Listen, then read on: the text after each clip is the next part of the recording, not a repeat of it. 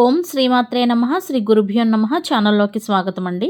స్వస్తి శ్రీ చాంద్రమానేన శ్రీ క్రోధినామ సంవత్సరానికి వీడ్కోలు తెలుపుతూ శ్రీ విశ్వవసునామ సంవత్సరానికి స్వాగతం పలుకుతూ మన ఛానల్ ని వీక్షిస్తున్న వారందరికీ కూడా శ్రీ విశ్వవసునామ సంవత్సర ఉగాది పర్వదిన శుభాకాంక్షలు. మన ఛానల్ ను ఫాలో చేస్తున్న మీ అందరికీ మరియు భవిష్యత్తులో ఫాలో అవ్వబోతున్న వారందరికీ కూడా ఈ విశ్వవసునామ సంవత్సరం ఆ సర్వేశ్వరుని ఆశీస్సులతో మరియు ఆ జగన్మాత దీవెనలతో మనందరికీ కూడా ఈ సంవత్సరం ఆయురారోగ్యాలతో అష్టైశ్వర్యాలతో భోగభాగ్యాలతో మరియు సిరి సంపదలతో తొలతూగాలని మనసారా కోరుకుంటూ ఈ రోజు పంచాంగం వివరాలను చూద్దాం. చైత్ర మాసము ఉత్తరాయణం శుక్లపక్షము తిథి పాఠ్యమి మార్చి 29వ తేదీ అనగా శనివారం నాడు సాయంత్రం 4:27 నుండి మార్చి 30వ తేదీ అనగా ఆదివారం నాడు మధ్యాహ్నం 12:49 వరకు. తదుపరి తిథి శుక్లపక్షం విధియ మార్చి 30వ తేదీ అనగా ఆదివారం నాడు మధ్యాహ్నం 12:49 నుండి మార్చి 31వ తేదీ అనగా సోమవారం నాడు ఉదయం 9:11 వరకు. నక్షత్రం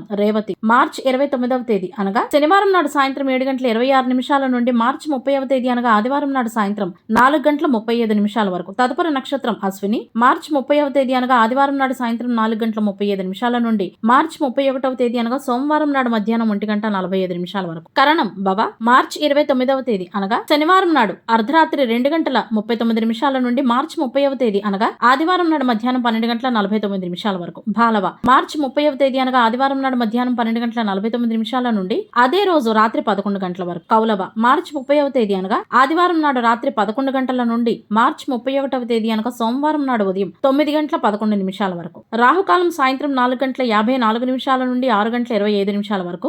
యమగండ కాలం మధ్యాహ్నం 12:20 నుండి 1:51 వరకు. గుళికా సమయం మధ్యాహ్నం 3:22 నుండి సాయంత్రం 4:54 వరకు. దుర్ముహూర్తం సాయంత్రం 4:47 నుండి 5:36 వరకు. వర్జ్యము ఉదయం 6 గంటల నుండి 7:25 వరకు. అభిజిత్ ముహూర్తాలు ఉదయం 11:56 నుండి మధ్యాహ్నం 12:44 వరకు. అమృతకాలం మధ్యాహ్నం 2:27 నుండి 3:52 వరకు. బ్రహ్మ ముహూర్తం తెల్లవారుజామున 4:38 నుండి 5:26 సూర్యోదయం ఉదయం 6:15 సూర్యాస్తమయం సాయంత్రం 6:25 చంద్రోదయం మార్చి 30వ తేదీ అనగా ఆదివారం నాడు ఉదయం 6:38 చంద్రాస్తమయము అదే రోజు సాయంత్రం 7:31 సూర్యరాశి మీనరాశి జన్మరాశి చంద్రుడు మార్చి 30వ తేదీ అనగా ఆదివారం నాడు సాయంత్రం 4:35 వరకు మీనరాశిలో ప్రయాణిస్తాడు. తదుపరి మేషరాశిలోకి ప్రవేశిస్తాడు. దిశాశూలం పశ్చిమ. ఇవ్వండి ఇవాల్టి పంచాంగం వివరాలు. ఇప్పుడు వృషభ రాశి వారి రాశి ఫలితాలను గురించి తెలుసుకుందాం. శ్రీ విశ్వవసునామ సంవత్సర ఉగాది పర్వదినం ఆదివారం రోజు పాఠ్యమి తిథితో కలిసి వచ్చింది. ఆదివారం నాడు రేవతి నక్షత్రంతో కలిసి వస్తే వర్ధమాన యోగం ఉంటుంది. ఈ యోగం శివానుగ్రహాన్ని కలిగింపజేస్తుంది. సంవత్సర ఆరంభం మొదటి రోజే వర్ధమాన యోగంతో కలిసి రావటం వలన అదృష్టపరమైన రోజుగా చెప్పవచ్చు. కాబట్టి ఈ రాశివారు ఏ పని మీదైనా సరే బయటకు వెళ్తే ఈ రోజు శివాలయానికి వెళ్ళి ఆ పరమశివుణ్ణి దర్శనం చేసుకున్న తర్వాత వెళితే గనక ఈ వర్ధమాన యోగం అనేది ఇంకా పెరుగుతుంది. అంతేకాకుండా శివానుగ్రహం వలన శుభ ఫలితాలను పొందుకుంటారు. ముఖ్యమైన పనుల మీద మరియు ప్రయాణాలు ఈ యోగం వలన తిరుగులేని విజయాలను తీసుకువస్తాయని చెప్పవచ్చు. ఆదివారానికి గ్రహాధిపతి అయిన సూర్యుడు మీనరాశిలో మరియు గురువు ఇంట్లో మిత్రక్షేత్రంలో ఉన్నాడు కాబట్టి చాలా అనుకూలమైన సమయం. ముఖ్యంగా ఉద్యోగస్తులకు ఉన్నత పదవులు లభించే అవకాశాలు ఎక్కువగా ఉంటాయి.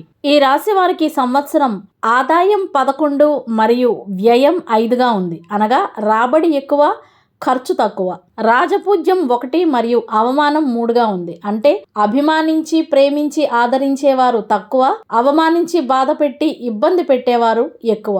రాజకీయ రంగంలో ఉన్నవారికి సైతం కొత్త పదవుల కోసం చేసే ప్రయత్నాలకు అనుకూలంగా ఉంటుంది. అదే విధంగా రవిగ్రహం మిత్రక్షేత్రంలో ఉన్నాడు కాబట్టి తండ్రి వైపు నుండి రావాల్సిన ఆస్తిపాస్తులు ఏమైనా ఉన్నట్లయితే వాటి కోసం కూడా ప్రయత్నాలు చేసుకోవచ్చు. ఈ రేవతి నక్షత్రానికి అధిపతి అయిన బుధుడు మీనరాశిలో గురువింట్లో ఉన్నాడు కాబట్టి అనగా శత్రువింట్లో ఉన్నాడు కాబట్టి విద్యా ఉద్యోగ వ్యాపార రంగంలో ఉన్నవారు ఎటువంటి నిర్ణయం తీసుకున్నా సరే 1కి 10 సార్లు ఆలోచించి తీసుకోవలసి ఉంటుంది. తొందరపాటు పనికిరాదు. ఆలోచించి నిర్ణయాలు తీసుకోవటం వలన అనుకూల ఫలితాలను పొందుకోవచ్చు. రాజకీయ రంగంలో ఉన్నవారు కూడా కొత్త పదవుల కోసం చేసే ప్రయత్నాలకు ఈ రోజు చాలా కలిసి వస్తుంది. వ్యవసాయ రంగంలో ఉన్నవారికి కూడా ఈ రోజు లాభదాయకంగా ఉంది. ఈ రాశికి సంబంధించిన ఉద్యోగ రంగంలో ఉన్నవారికి మంచి భోగాలు ఉంటాయి. శుభవార్తలు సైతం వింటారు.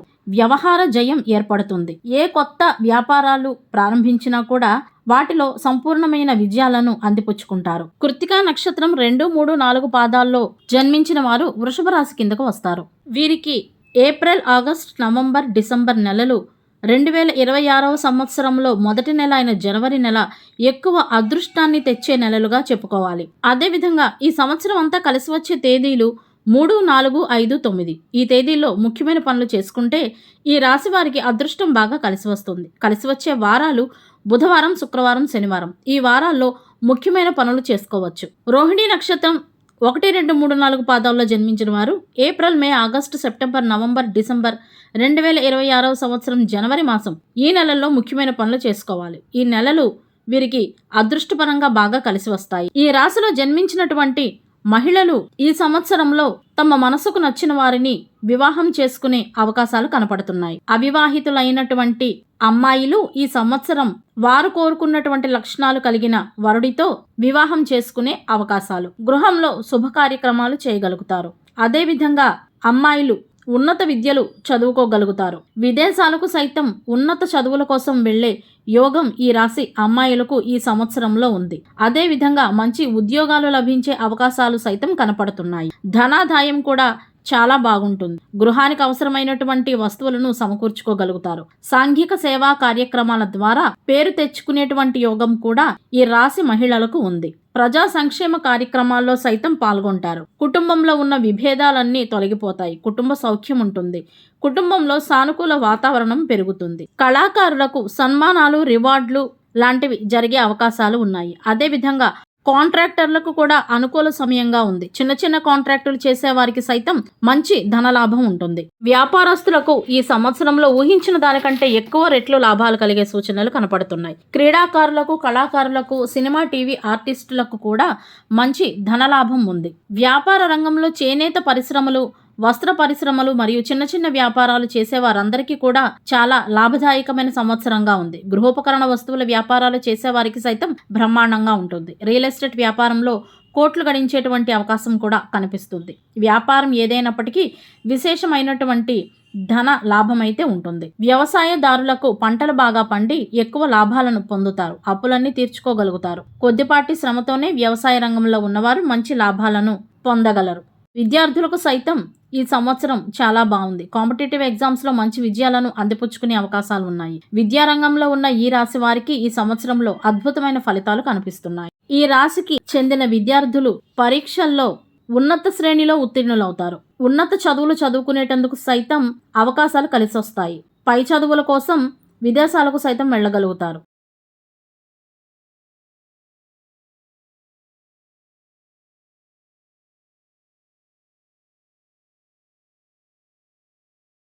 కుటుంబంలో సుఖశాంతులు ఉంటాయి. తగాదాలు తొలగిపోతాయి. ఏ వ్యవహారమైనా తగాదాలు లేకుండా చక్కగా పరిష్కరించుకోగలుగుతారు.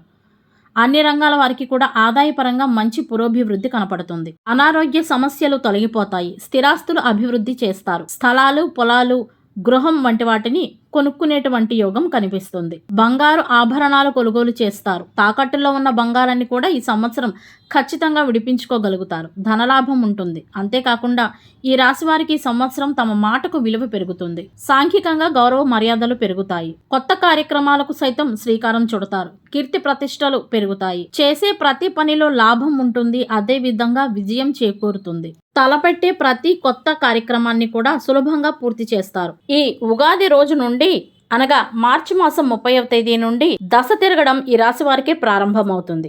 ఆదాయంలో అభివృద్ధి ఉంటుంది. ఆర్థిక మరియు అనారోగ్య సమస్యల నుండి విముక్తి పొందుతారు.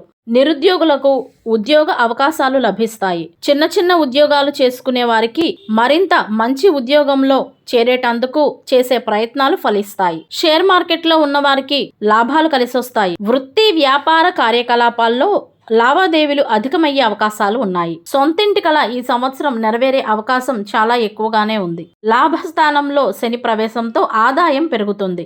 మే నెలలో అనుకూలమైన రాశులు రాహువు, గురువుల ప్రవేశంతో మరింత అభివృద్ధి ఉంటుంది. ఈ ఉగాదితో లాభ నష్టాల్లోకి శని ప్రవేశిస్తున్నందువలన ఆదాయం బాగా పెరుగుతుంది. ఆదివారం నాడు ప్రయాణాదులకు పడమర దిశ పనికిరాదు. ఒకవేళ తప్పనిసరి వెళ్లాల్సి వస్తే ముందుగా చిన్న బెల్లం ముక్కను నోట్లో వేసుకుని ఆ తర్వాత మాత్రమే బయలుదేరాల్సి ఉంటుంది. అదే సమయంలో ఈ రోజు ఉత్తర దిశగా ప్రయాణిస్తే సత్ఫలితాలను పొందవచ్చు. ఆదివారం నాడు పని మీద బయటకు వెళ్లేటప్పుడు కిళ్ళి లేదా తమలపాకును నములుతూ వెళితే ఆ పని విజయవంతం అవుతుందని పెద్దల సూచన. ఆదివారానికి గ్రహాధిపతి సూర్యుడు. సూర్యుని అధిష్టాన దైవం అగ్ని మరియు రుద్రుడు అనగా శివుడు. సూర్యుని అనుగ్రహం కొరకు ఆదివారం నాడు శివాలయాన్ని దర్శించాలి. శ్రీ ఆదిత్య హృదయ స్తోత్రం మరియు రుద్ర స్తోత్రాలు, శివ స్తోత్రాలు పఠించాలి. గ్రహబలం కొరకు ఆదివారం నాడు సింధూరం, నారింజ మరియు కాషాయ రంగు దుస్తులను ధరించాలి. ఆదివారం బంగారం, రాగి, పట్టు వస్త్రాలకు సంబంధించిన పనులకు, వ్యవసాయ పనులకు అనుకూలం. ఆదివారం నాడు తలకు నూనె రాసుకుని తలంటు స్నానం చేస్తే అనారోగ్యాలు కలుగుతాయి. అంతేకాకుండా అందం, ఆకర్షణ లాంటివి కూడా తగ్గిపోతాయి. సోమరితనాన్ని, కోపాన్ని, అహాన్ని నియంత్రించుకుని క్రియాశీలకంగా ఆదివారం రోజు గడపాల్సి ఉంటుంది. ఇవండి ఇవాల్టి వృషభ రాశి వారి రాశి ఫలితాలు. ఇదే విధంగా ప్రతిరోజు పంచాంగం వివరాల కొరకై మరియు వృషభ రాశి వారి రాశి ఫలితాల కొరకై మన ఛానల్ను సబ్స్క్రైబ్ చేసుకోండి. వీడియో నచ్చితే గనక ఒక లైక్ చేసి మన ఛానల్ను మొదటిసారి చూస్తున్న వారు తప్పకుండా ఛానల్ను సబ్స్క్రైబ్ చేసుకుని తద్వారా మీ సపోర్ట్ను మాకు అందజేస్తారని కోరుకుంటున్నాం. ధన్యవాదాలు.